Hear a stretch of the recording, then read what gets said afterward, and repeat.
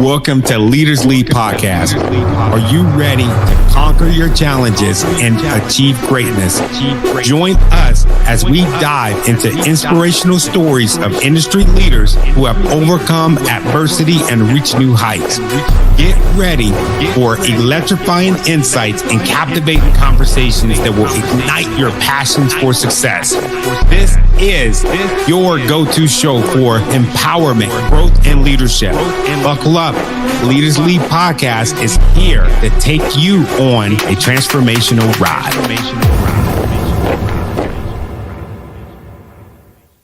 Hey, this is Tony Taylor. Welcome to Leaders Lead the Podcast.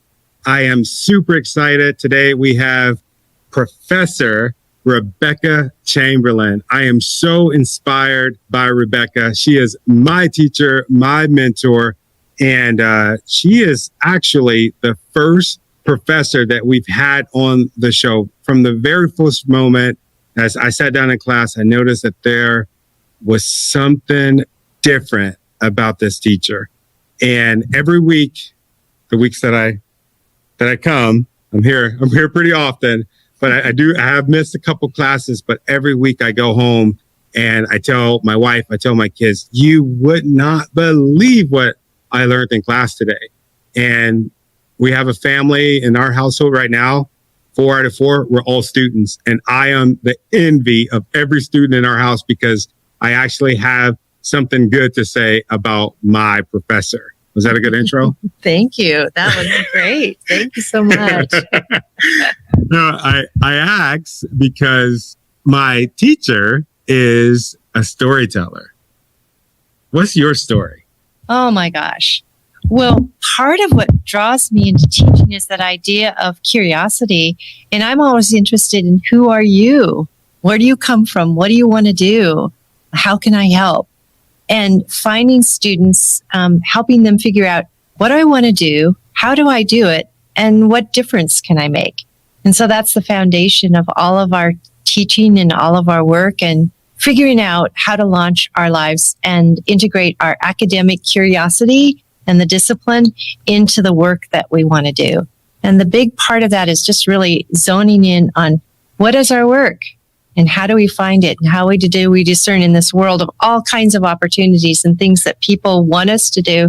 What is that work that is mine and how can I go after that? And what is not only my story and my place in it, but what is our story together? What are we coming together to do, to create? And what's the most important thing that we can do now? Wow. And maybe I got into this because I come from a family and a community of service and social justice. My father, Norman Chamberlain, was the CEO of Pioneer Human Services. And his motto was life is love and love is service. And he always asked me and other people, what do you want to do? And how can I help you? So I grew up in this dynamic home and community where we knew that we were there to make change and to support people in making positive changes in their lives. My dad's motto was a chance for change. And in a funny way, I grew up in a very sheltered home right in the midst of communities of people that were had come back from lives where they had been incarcerated. And it felt like we were coming together with these very strong communities of healing and wholesome service and transformative justice. And how do we weave together these different worlds and how do we bring together all of our stories? So I remember sitting around the table and hearing people's stories about life-changing opportunities and how people were protecting each other in getting their feet back on the ground and moving out into the world. And so that's a foundation really of my social justice model. Wow. So you mean to tell me that the foundation, that's interesting because what I saw when I was growing up was the work that you do. I'm from the Midwest, so the work that you do, 9 times out of 10, everybody aimed to go work at a steel mill. And I was told, oh, if you're lucky, you can get a shot at working at the steel mill. And so that was my big goal, my big dream. And that's interesting that yours is different. And that's because you were raised different. You were raised to serve. That says a lot. I know exactly what direction we're going. Oh, yeah. I guess I could say that I come from, on both sides of my family, teachers and farmers, teachers, preachers, and farmers. Wow. And people that are, connected to the land and connected to learning, land and learning, and community, the community ties that we create. Wow. And your father, so you grew up at a young age watching somebody fight for social justice. Right. What work was it that he did? Well, Pioneer Human Services is a transitional program, and it's one of the largest social services in the state of Washington. And it's one of the largest social service agencies in the nation.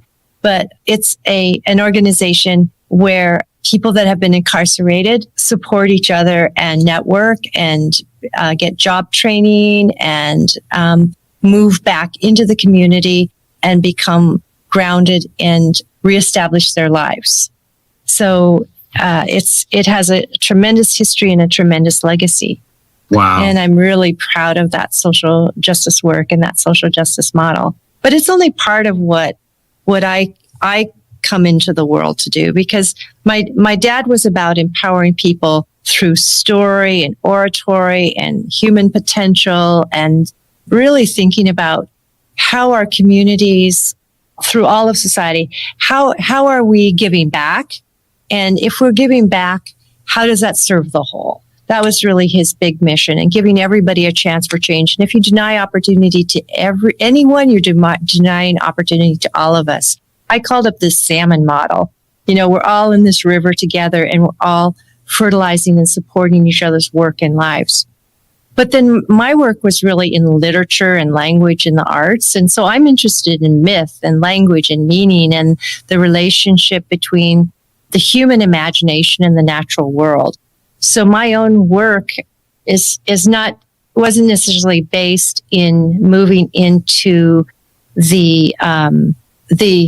I was never, thinking about, how am I going to get a job? And those job training and skills. I was always interested in learning and language and myth and meaning, and how do we invoke our imaginations, and how do we inspire ourselves, and how do we work with the land and elders and leaders and indigenous communities, and who are the great poets and speakers and visionaries and artists who help us see into the future. I think my dad's work was service and hands-on and building and managing lives and giving powerful speeches and oratory to make change. But mine was kind of the subtle story, the quiet voice, the listening to the natural world, the pilgrimage out into the natural world, working with elders in indigenous language and mythic stories that help us open ourselves to the mysteries of our inner meaning and our imagination. Then how do we bring that back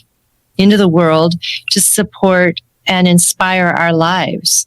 So I was the dreamer and the storyteller. My father was the practical teacher and hands-on, leader of, community action. And I'm the person who would help people develop their language and their stories and their communication skills and sort of point them in the right direction. So I get to live vicariously through my students.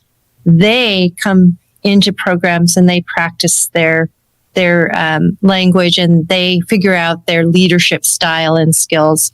And then I get to watch them take seed ideas that they are passionate about, and realize, wow, that's my work.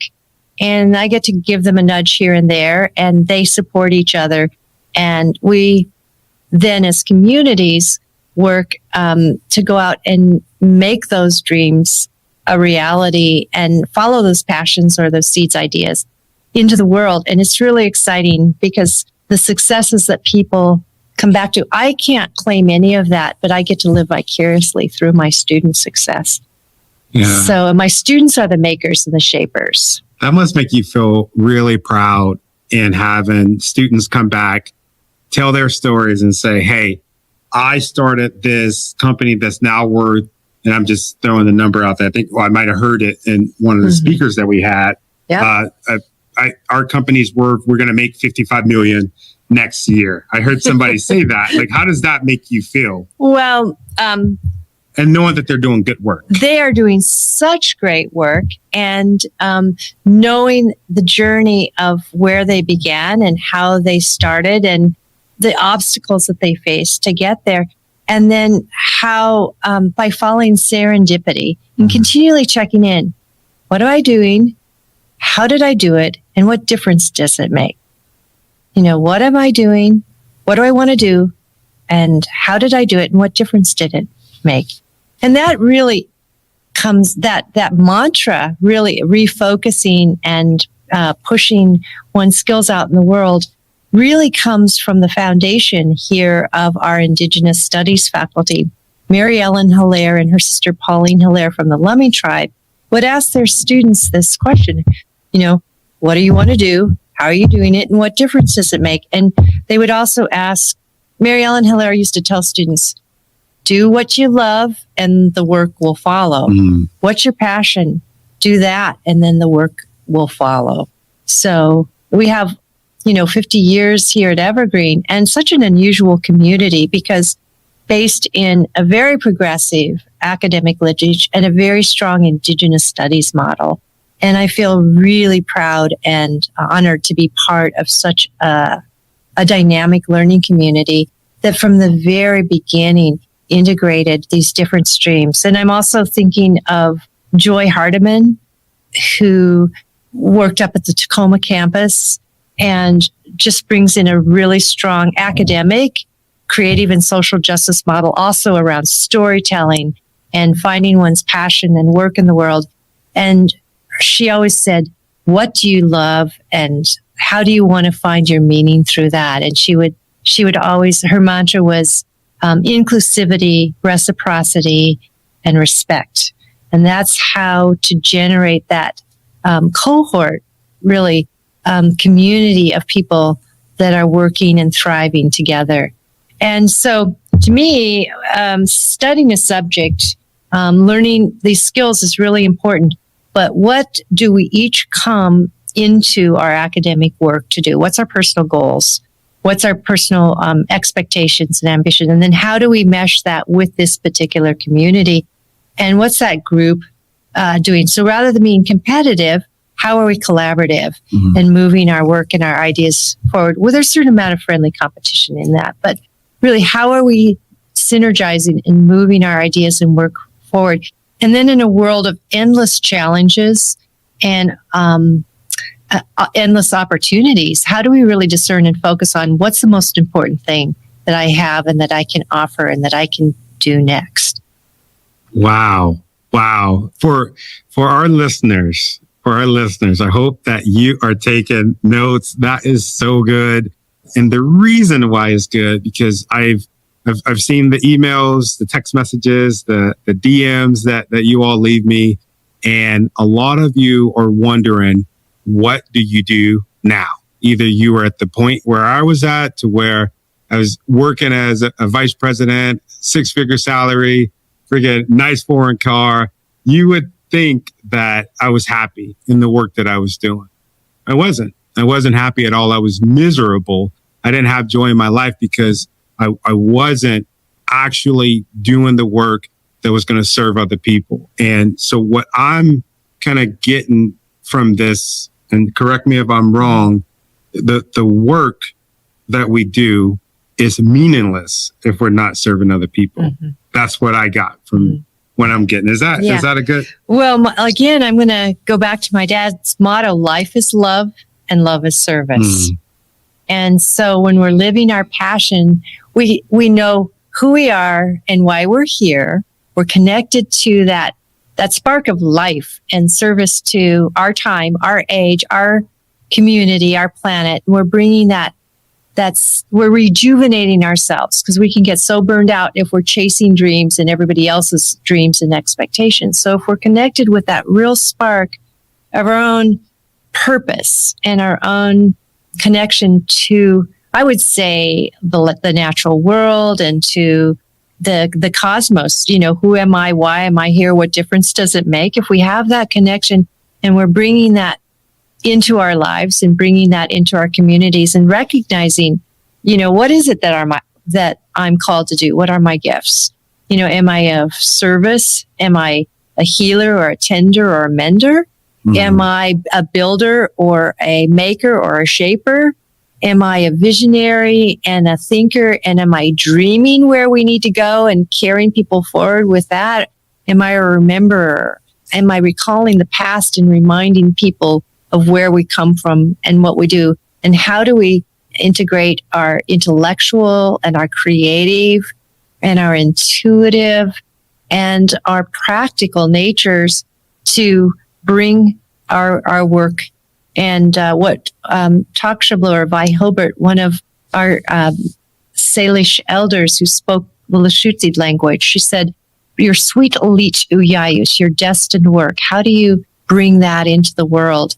That's why you're here. If you miss that, you miss the most important opportunity of your life. It doesn't matter if you're making that $40 million business goal for your company.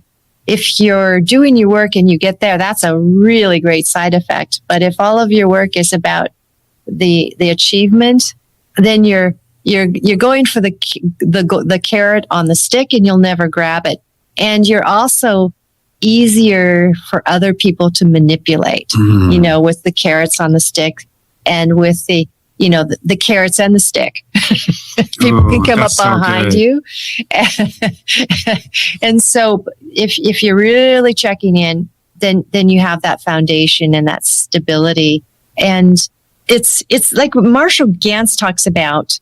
I think it's important as we integrate into our lives to explore the stories and the strategies and the structures that allow us to make change through language, communication, and leadership. So that's the foundation of some of what I do. And that's certainly the work of social justice that Marshall Gantz's do, making meaningful social movements, organizing with the farm workers, Si se puede, yes we can, organizing political movements and making change that way.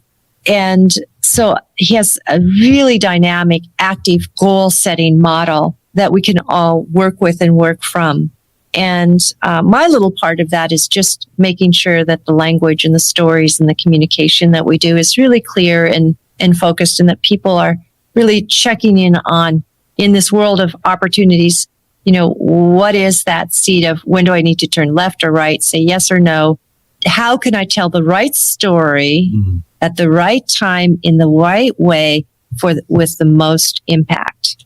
And before we started this interview, you asked me if I had a story to tell, and I was trying to think about, there's so many stories. Well, there is one story. Let's go. And it's the story of the bullseye. I heard it from Steve Sanfield, who's a California storyteller. And he heard it from his grandfather. There was a rabbi in a village, and a young boy went to the rabbi because this rabbi was a brilliant storyteller. He always knew the right story at the right time to settle an argument, to quell a misunderstanding between neighbors, to unify a family over a dispute, to energize people, to calm people down. And this boy said, I want to be like that. So he went to the rabbi, and the rabbi sat him down and said, well, that reminds me of a story.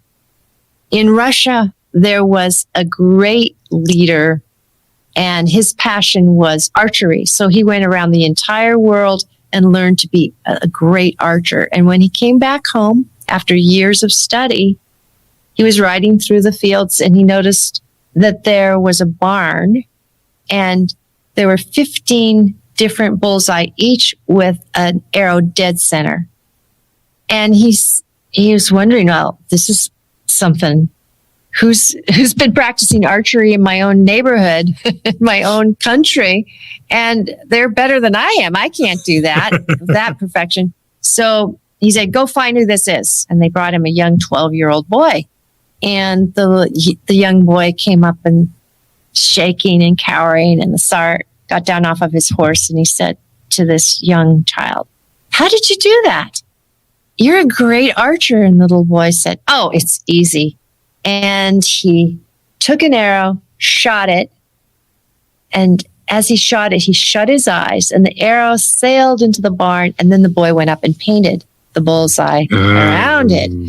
And so that's the way it is with stories. To tell the right story, you have to create the context around it. You let your arrow fly, you tell the story, but you have to understand the context, the right time, the right place, the message, the meaning you want to give it. And so it's always context building. How do you shape your meaning in a world of these multiple possibilities and endless constellations of meaning? How do you pick just those right elements to shape your story? The right story in the right time in the right way.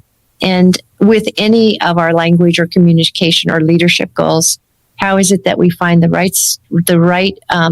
how do we say yes and no and maybe at the right time and in the right way? Wow.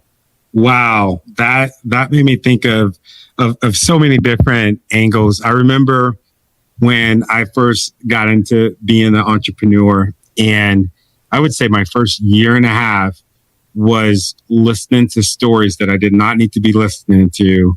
And, people that, "Oh, I can help you do this. I can help you get leads. All you got to do is do this and do this." And I was constantly on somebody else's hamster wheel, it felt like, and I had forgot about my purpose. And I noticed that when I said, "You know what?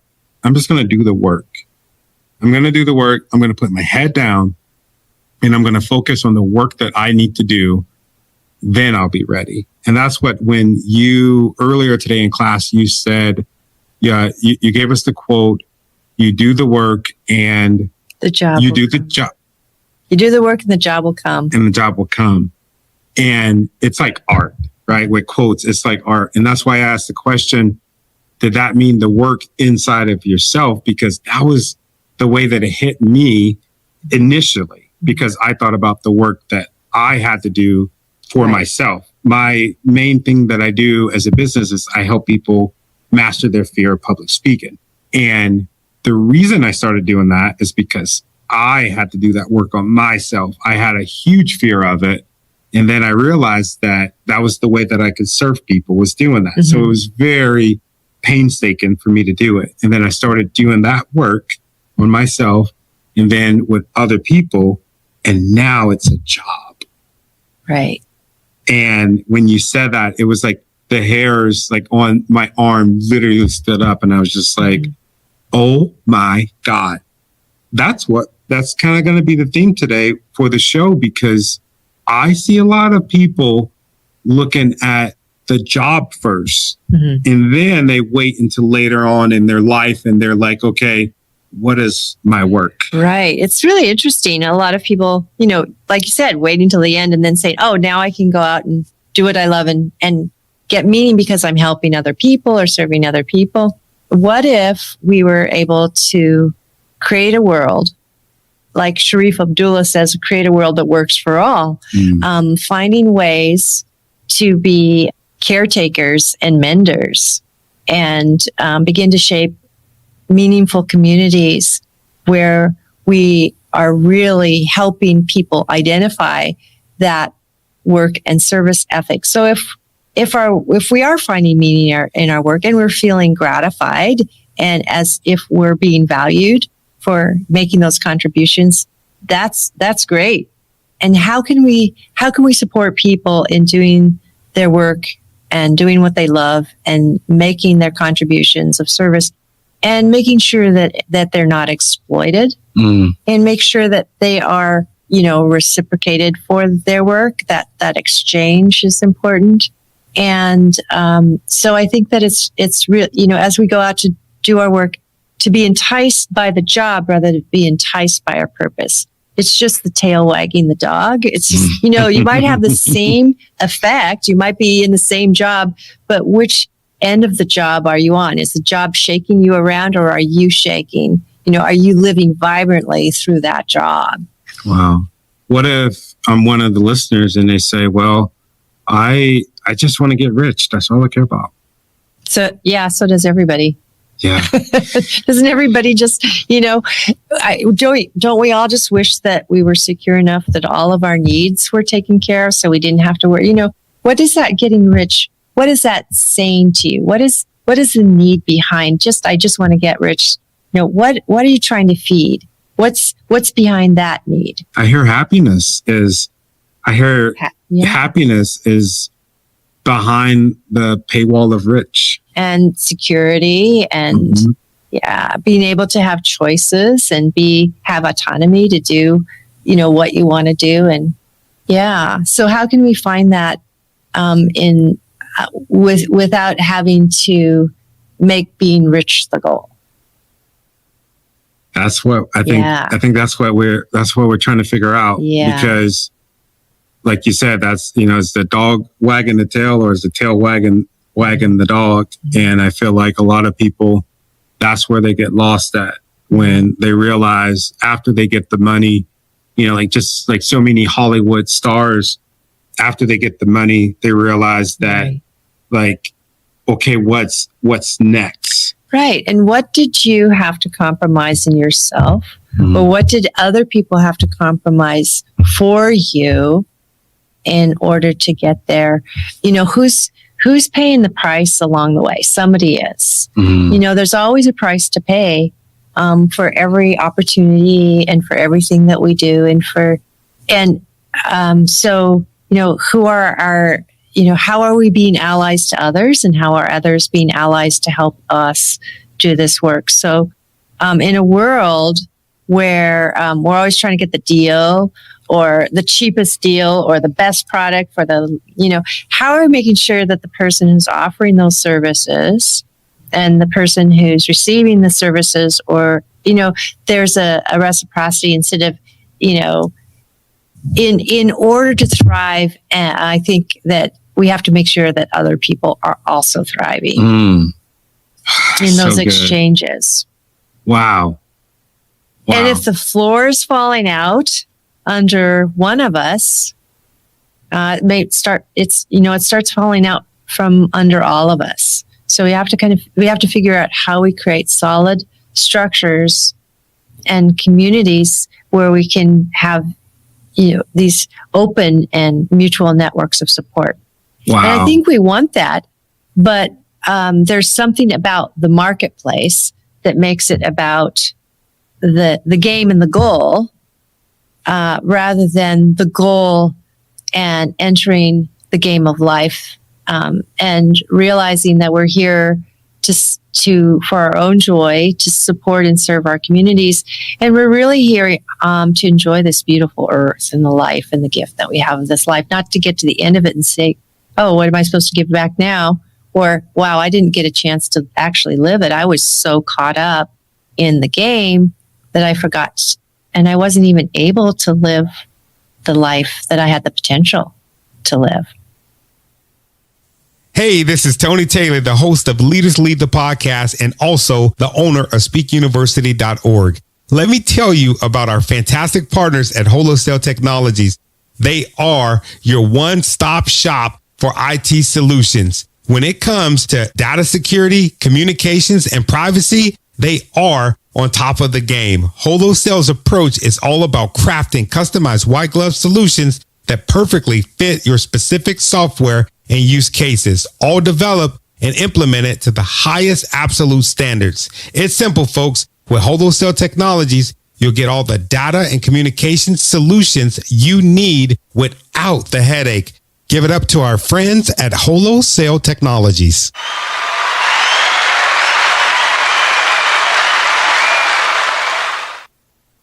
Wow. I wish that every entrepreneur, or every person that is going to go forth and do work, I wish that they could hear this episode. This is like our capstone, because you don't care about it. At least from my point of view. Had me and you been having this conversation 10 years ago, I would have said, That sounds so cool. I love that. That's like woo woo. Yeah. But I'm telling you, there's nothing like waking up in the morning, like almost having the feeling of being high because you're getting ready to go and do your work. Your day. And Yeah. it's limited resources there, our life, and stakes are pretty high. Wow. I got another question for you. The work, the work you said, like, as far as like the work in the beginning, the groundwork that you had laid out for you, what would you tell parents right now that have kids and we don't know like what their household looked like, but what would what's the best way to support somebody so that they could end up with those same values that we've been talking about? Like, how can I go out and say, hey, you know what? I want to produce somebody that's amazing, like my professor, Rebecca Chamberlain. Wow. Well, I would first of all tell any parent that is the most important work and job in this world. And everything that you do around being a parent and creating that supportive environment, and also doing your work and thriving and finding your way and bringing that back in to support your family and their work. That is the true heroism. It's thankless. It's doing good that's hard to do, but you do it anyway. It's overlooking people's all of the different flaws and characteristics that can come up. It's and loving them anyway, and getting to celebrate like I do vicariously through achievements. And I guess one of the things that I look back and reflect on is that I had really almost unlimited opportunity to explore those things that I was interested in, to do those things that I interested in. And I didn't have a lot of people telling me what I needed to do. But again, what do you want to do? How can I help you? And giving me a level of unconditional support. Security. I felt secure. I felt well tended and taken care of. I felt financially that my needs would be taken care of. And we didn't think about. We felt well loved and supported. And I think there were people paying the price to make sure that we didn't feel those pains or those scarcities. We had them, but I think that there were people that were looking out, and they were paving the way and paying the way for me and for my siblings. And then I see my siblings doing the same thing, really having unconditional faith in their children and their choices. And we always want to write somebody else's script. And we always have our own opinions, but how it takes a big person to hold back and support someone, even when our ideas or opinions of their choices are very different. And how do we support them unconditionally, even so? And also, be directive and dynamic. But I would just say unconditional support and love, and helping pave the way. And when you make that investment, that being a parent is a huge investment, and just know that investment is going out into the world.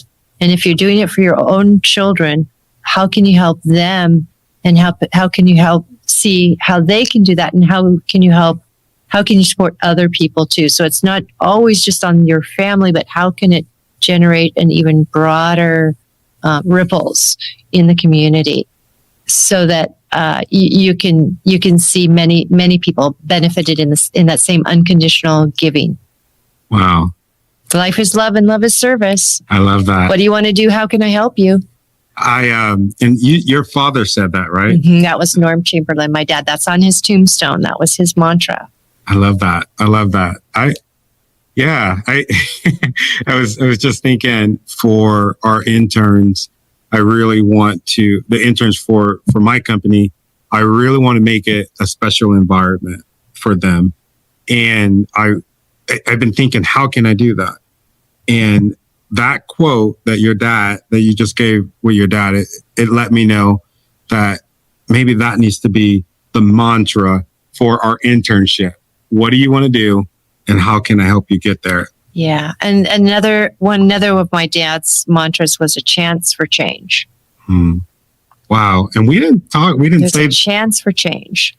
And that's what y'all did. Y'all had a halfway house in your home, yes, right? We did. We didn't talk about that, right? No. So, people live in halfway houses, but my parents, Norm and Barbara Chamberlain, they opened the first residential halfway house for folks that were still incarcerated. You're in the community, but you're still incarcerated. Mm-hmm. That was a really it was just an amazing opportunity. That is really, really good, and it's so profound. And I'm so thankful to you for sharing that with me. Yeah.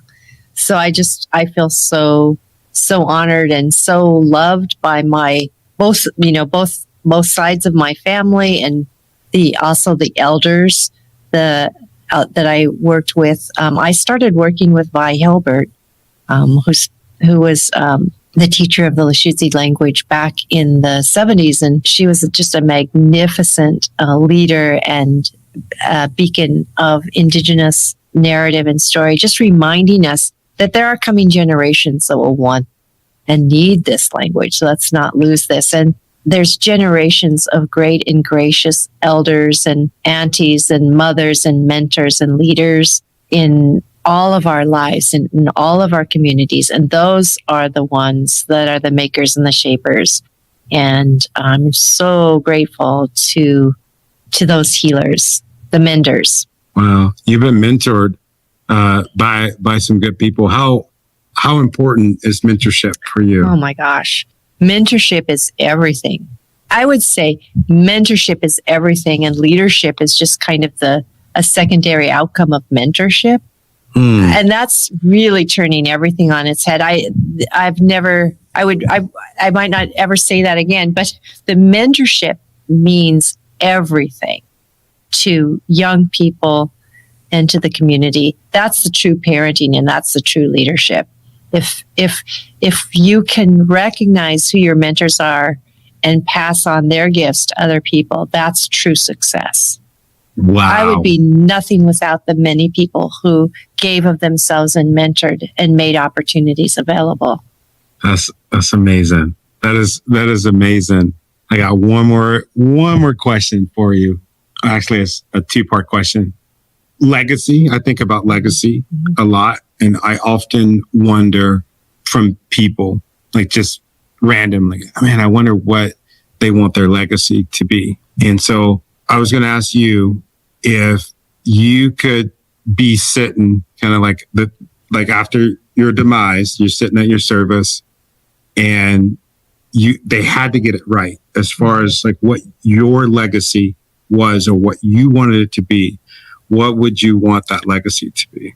I would like to think that I did the right thing, the right time, in the right way to support and serve the people around me. But this is the weirdest thought, but I would like to think that I didn't even have to be seen or have to be heard, that legacy was there doing its work and supporting people and supporting others, whether they knew it or not. And that whether or not those mentors and those teachers, whether or not their voices are heard or their names are named, they were there. They did their work, whether or not we remember their work or their names, or whether or not they give credit. Who are the 15 people sitting in the shadows that aren't named, that were the mentors and the aunties are passed on? There's great achievements, and then there's the silent ones who do it anyway. They don't have to be seen, they don't have to be heard, but the work got done anyway. And they passed it on into the future, and they enriched the world, and they enriched the pool. So whether or not, it spreads visible ripples, or whether or not it's silent, I think it's important. We shouldn't underestimate anyone's effort. Wow, that's powerful. Whew. My eyes are getting watery. That's some good stuff. Oh man. So, like I said, our listeners, a lot of people, they write in and they let us know that they're going through some hard times. We're going through some really, really, really horrific times in a bunch of different groups of people. Is there any parting words that you can give those folks that are listening into this? We got people, Russia, Romania, Pakistan, people all over the world. They're writing in different languages and they're saying, I'm struggling. Is there any words that you can give them as far as encouragement and inspiration to keep them going? So tonight we told the Duwamish story of Northwind and Stormwind. There is no amount of pain and sorrow and injustice in the world. And this grandmother of Stormwind watched her people destroyed, and she collected all of her tears in a basket. And the grandmother, eventually met her grandson, Stormwind, who recognized that he wasn't a cold, destroying, destructive wind. He was a warm, healing wind too. She did not waste a single tear. She did not waste a single moment. She collected all of her grief and all of her sorrow. And when she met with her grandson, she engendered his warmth and helped him bring the world back to life from the cold wind, the north wind people who were freezing and destroying everything. And so no matter how much sorrow we witness, how much sorrow we've inherited, how much sorrow we see in the future on a horizon, if we can just collect all of that, not waste any of it, and realize that we hold a transformative power through our imagination of healing and love, through gratitude, and through recognizing how we can come together with the next generations. So elders and youths working together, elders holding the memories and empowering the youth to make change. And so it's not on any one of us. And sometimes we have to hold our tears until the right ones can come along and support and help us. But eventually we can make the change if we work together and if we each do our part. If we work from our strength and our power, and if we empower each other, and if we use our tears and our sorrow, our loneliness, and our ability to witness that is as strong a power as the ones who are able to generate the power and the warmth to take on the battles and to activate the change in the world, and to do that transformative work in the active way. So maybe the silent partners and the active partners in this world come together, the elders and the youth, the grandmothers and the grandsons, the healers and the helpers. And then I think we can make that change. Wow. That's amazing. I think we said it all. Well, we're starting to we're starting to find our way to say at least part of the story, and then we each carry that seed forward into the next round. Wow. Thank you. Thank you. Thank you. This has been such a fun time. Yes, I have no idea what we would do. No, this is amazing. I knew that the word would come.